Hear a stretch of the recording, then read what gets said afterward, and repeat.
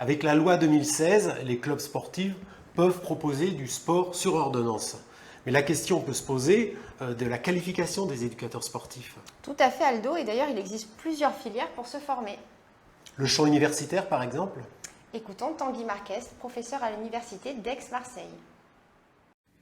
Alors Tanguy, il existe une filière universitaire dédiée au sport santé. Est-ce que tu peux nous expliquer laquelle?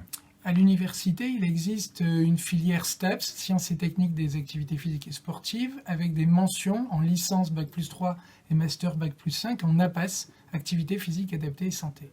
Quelle est la filière, le cursus en tout cas le plus adapté pour le sport santé, notamment au vu des clubs sportifs? Alors la licence prépare justement des étudiants à l'intervention auprès des patients, donc des pratiquants qui ont des limitations, alors que le master, lui, va plutôt préparer au montage de projets au sein d'établissements, au sein de fédérations, au sein de réseaux.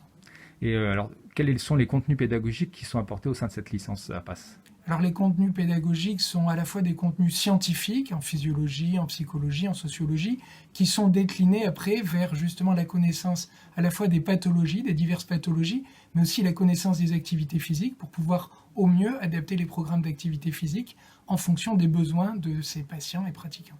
Et donc il y a des contenus théoriques, est-ce qu'il y a aussi des contenus pratiques? Oui, parmi les contenus pratiques, on peut mentionner les stages. Les étudiants font un stage à chaque semestre en fin de leur cursus, c'est-à-dire 3 gros stages. Et en plus, ils font de l'intervention au travers de partenariats avec des fédérations comme Handisport, Sport Adapté, Sport pour tous, où les patients et les pratiquants de ces fédérations viennent au sein du cursus pratiquer avec nos étudiants et préparent des séances et des évaluations sur ce sujet. La loi de 2016 prévoit différents niveaux de qualification en fonction de la gravité de l'affection du patient. On peut donc s'interroger sur les prérogatives des intervenants issus du champ universitaire. Demandons à nouveau à Tanguy Marquez. Les étudiants ont une prérogative qui découle d'une part de l'obtention de la carte professionnelle délivrée par le ministère Jeunesse et Sport qui leur permet de prendre en charge des personnes qui ont des pathologies à la fois somatiques et psychologiques dans des finalités de réinsertion, de réhabilitation. Et au regard de la loi de 2016 et de l'instruction de 2017, ils peuvent prendre en charge des pathologies avec des limitations sévères, c'est-à-dire qu'ils vont se retrouver essentiellement dans des hôpitaux, des cliniques, dans des structures médico-sociales. On va retrouver aussi dans des réseaux de santé, sport santé, et dans des clubs qui ont des sections sport santé dédiées.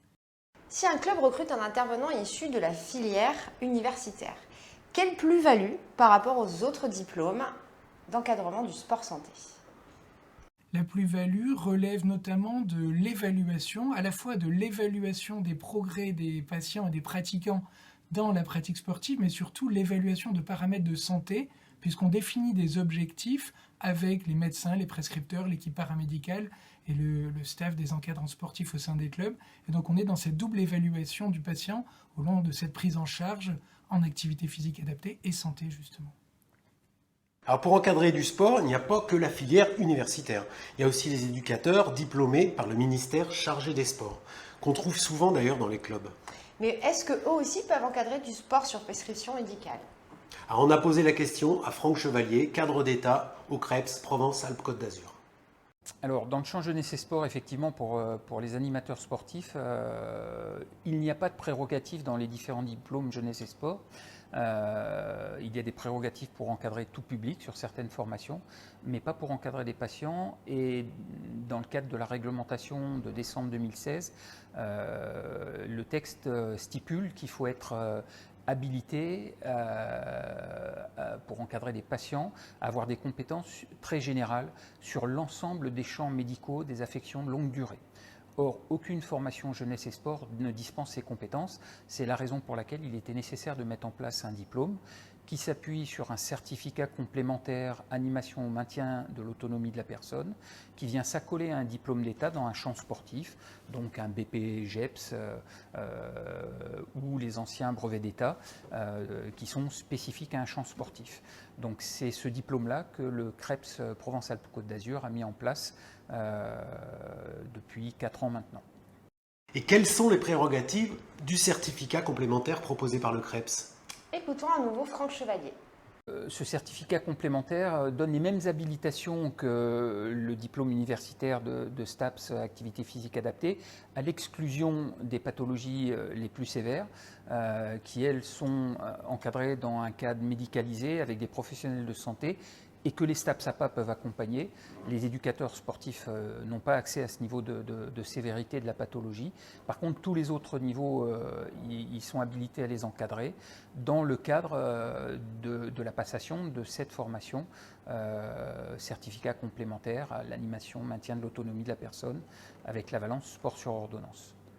Existe-t-il d'autres formations pour les éducateurs sportifs ? Oui, il y a un certain nombre d'organismes de formation qui proposent ce type de formation de plus en plus.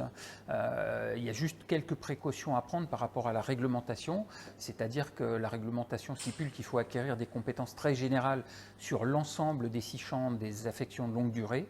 Il faut donc s'assurer que la formation les dispense avec des médecins qui interviennent dans ces champs des affections de longue durée et qu'il y ait une évaluation pour non seulement certifier que le stagiaire était présent à la formation, mais qu'il a bien acquis ses compétences très générales sur les différents champs des ALD. On sait que les fédérations s'impliquent dans le sport santé et qu'il existe des formations. Mais à qui s'adressent-elles ces formations ?